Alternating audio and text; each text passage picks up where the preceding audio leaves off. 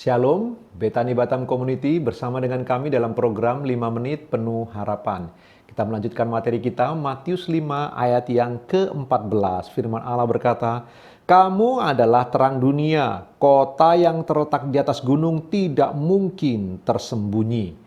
Bapak Ibu yang dikasihi Tuhan, kemarin kita sudah belajar bersama-sama bagaimana kita orang terang, hidup kita disoroti oleh dunia. Tapi kita yang di dalam terang tidak bisa melihat trik-trik, strategi orang dunia sana karena mereka hidup di dalam gelap. Kita nggak bisa melihat aktivitas mereka di dalam gelap.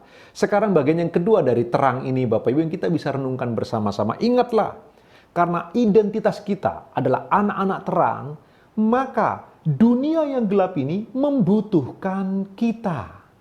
Kita harus menuntun mereka. Mereka sedang berjalan di dalam kegelapan. Itu sebabnya mereka sering mudah tersandung. Mereka mudah mengalami gesekan, mereka mudah mengalami pertengkaran, perselisihan, kejahatan demi kejahatan. Kenapa? Karena mereka tinggal di dalam gelap. Hati mereka dibutakan oleh ilah zaman ini. Sudah hati dibutakan oleh ilah zaman ini, hidup di dalam kegelapan lagi. Dunia yang telah jatuh ke dalam dosa. Karena itu, dunia ini, tempat di mana kita tinggal dan berpijak, membutuhkan terang untuk bisa menuntun langkah mereka, sehingga mereka tidak terantuk jatuh, mereka tidak mudah tersandung. Bapak Ibu yang dikasihi Tuhan, ini pelajaran penting untuk Bapak Ibu dan saya. Identitas kita anak-anak terang.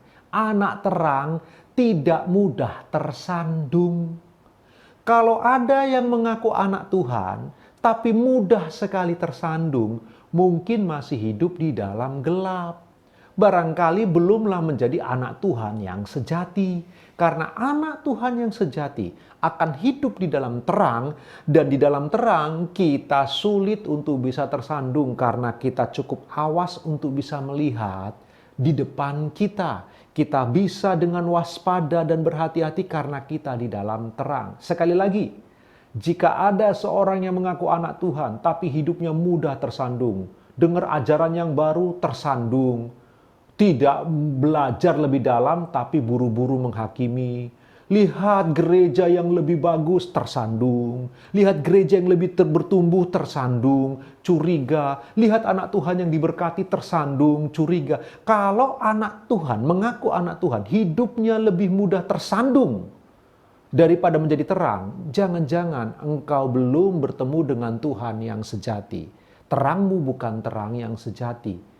Karena kalau terang yang sejati, kita tidak hanya tidak tersandung, tapi kita menuntun orang kepada jalan yang benar. Kita menuntun orang kepada jalan-jalan Kristus. Jadi Bapak Ibu, identitas kita sebagai anak-anak terang. Maka sebagai anak terang, kita harus menuntun orang yang di dalam gelap untuk bertemu kepada terang yang sejati, yaitu Tuhan Yesus Kristus. Tuhan memberi identitas kita sebagai anak terang, bukan supaya kita menikmati terang itu sendiri. Untuk apa? Menerangi terang. Seperti garam, untuk apa? Menggarami laut. Begitulah.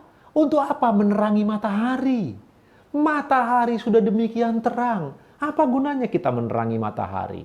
Terang akan berfungsi maksimal ketika dia digunakan di tempat yang gelap. Semakin gelap tempat itu, semakin terang itu bersinar luar biasa. Bapak, Ibu, dan saya, identitas kita adalah anak-anak terang. Karena itu, tanggung jawab kita adalah menuntun orang yang di dalam gelap untuk bertemu dengan terang yang sejati. Sepanjang hari ini, waktu kita beraktivitas di tempat kita masing-masing dengan tanggung jawab yang Tuhan percayakan kepada kita, pastikan kita sungguh-sungguh sebagai anak terang mengekspresikan terang itu. Identitas kita anak terang, mari kita tuntun orang yang di dalam gelap. Orang yang barangkali suka menipu, mari kita luruskan, kita beritahu bahwa itu berdosa, itu tidak benar. Orang yang hidupnya nggak benar, mari kita luruskan mereka. Mari kita tolong mereka. Biar mereka bisa melihat kita, menuntun mereka kepada terang Kristus yang sejati. Dengan demikian, hidup kita menyenangkan Kristus. Bapak Ibu, sepanjang hari ini selamat beraktivitas. Tuhan Yesus memberkati.